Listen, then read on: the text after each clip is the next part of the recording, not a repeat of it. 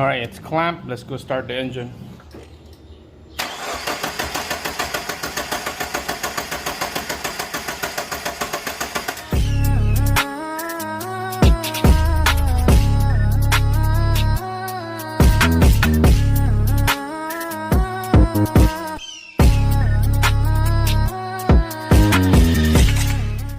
Alright guys, here we go. JDM EJ20. Do a fuel pressure test on this. I got a kit right there from Amazon. It's like 30 bucks for a kit. We're gonna do a test because on this engine here we got sparks on this, brand new spark plugs. We got sparks, confirm, and we got fuel, but somehow every time when I start the engine it has a long crank to start, and then it takes a while to fire it up, I guess. So we're gonna quickly check the pressure, just see where we at before we start changing the fuel pump or the fuel filter. So get a kit right there. This is what we're gonna use. Hose clamp together on this fuel right here. This is your pressure. The middle one is your evap. The bottom one is return. So let's get this thing set up. Alright guys, so before you take out this fuel line right here, make sure you take out the fuse on the fuel pump and just give a couple 5 cranks till it's stalled, till there's no pressure. That fuse will disable the fuel pump, and then just keep starting the engine, and then it will start a little bit, but it will die down right away. When it die, couple crank again, make sure you got no pressure. So I did this already. So it's gonna pull this hose out of here. Just make sure to get safety glasses, a rag, because it's gonna have fuel come out on this thing here. So make sure, careful doing this. Have a fire extinguisher on the side. I got a couple already, just to make sure. So just pull this off, and there you can see that you still have pressure on here.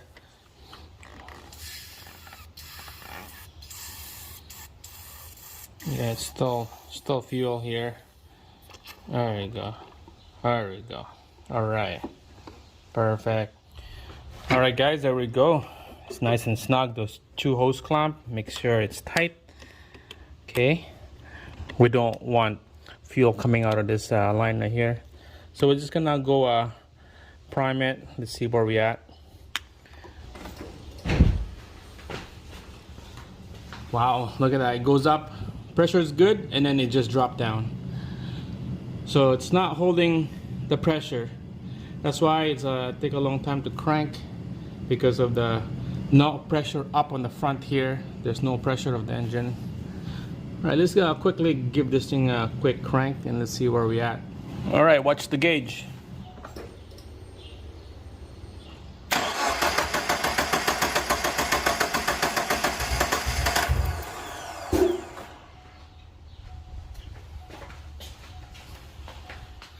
All right, so you see that it's just like 4 or 5 cranks. It just won't fire it up.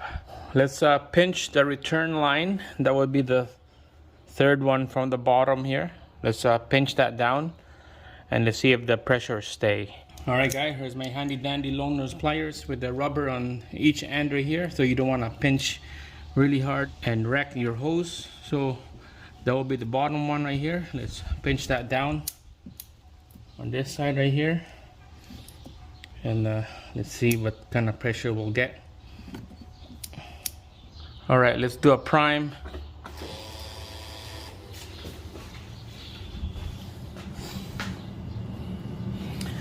All right, that's not gonna work. I believe the pressure regulator on this is under the intake manifold.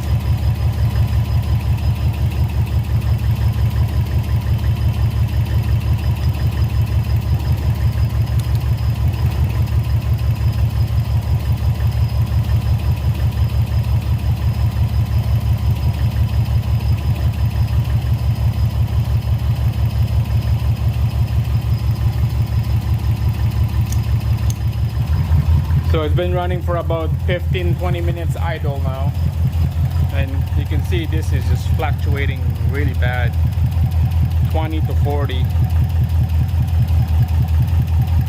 20 to 40. Wow, it's supposed to be just a little steady, right? But that is really bad. It's taking away percentage of fuel here for the correction. So let's try releasing a brake booster line right here. Let's make some vacuum leaks and see what it come up with this correctional. So I'm gonna unplug this hose here for the vacuum. So it raise up the idle.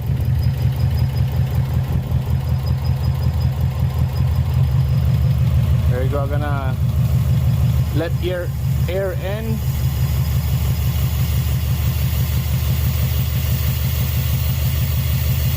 So letting some air in, and look at that, the number drops to -6, -8.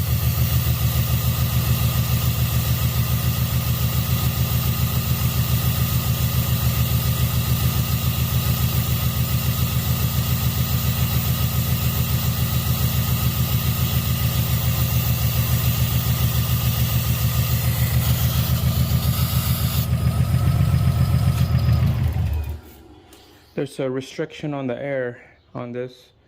Takes away a little bit of fuel. It was -24 or 21 here. When I unplugged the hose, it turned out to -11, -6 and 8. It's getting better, and the idle went up a little bit. So with that, there's a blockage on our air. I'm gonna quickly take out this intercooler here and then let it idle, and let's see where we at. Maybe this has plug right here, I'm guessing. All right guys, I got the intercooler out. Let's see if this thing can breathe just straight to the throttle body right here. We need air to come in here. Just let it idle, no boost. We're just gonna let it start, and let's see where we at here. And let's see if this engine will breathe properly.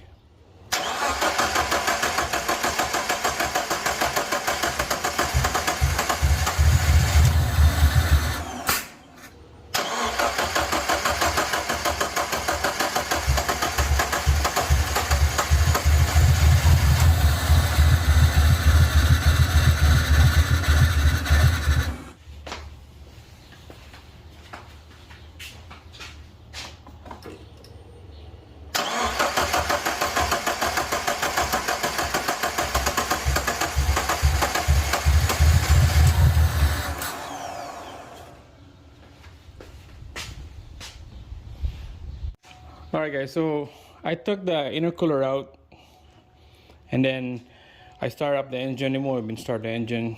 So I put the intercooler back on, and then it just idle. It will idle, but when I tapped the gas pedal, it blipped, and then it would stall out. It's not responding properly. It would like flat on your face when I press the gas. So I disconnect the vacuum line here. We're gonna have air coming in more in the engine, and let's go start the engine.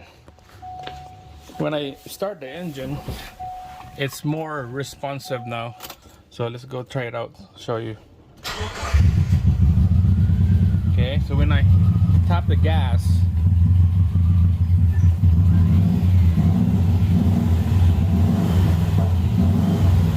look at it, it's more responsive. It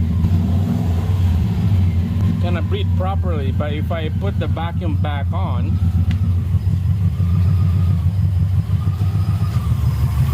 it might stall out. I know it might stall out. All right, vacuum is back on. Let's go start the engine.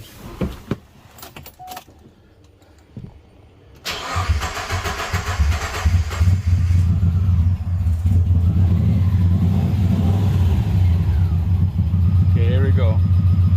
Okay, press gas. You hear that knock?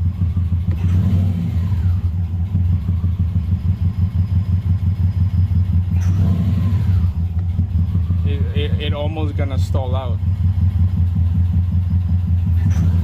Yeah, it's it's just slow. It's slow responsive. So I don't know, guys. I'm gonna diagnose some more. Continue in the next video here. See you guys in our next one.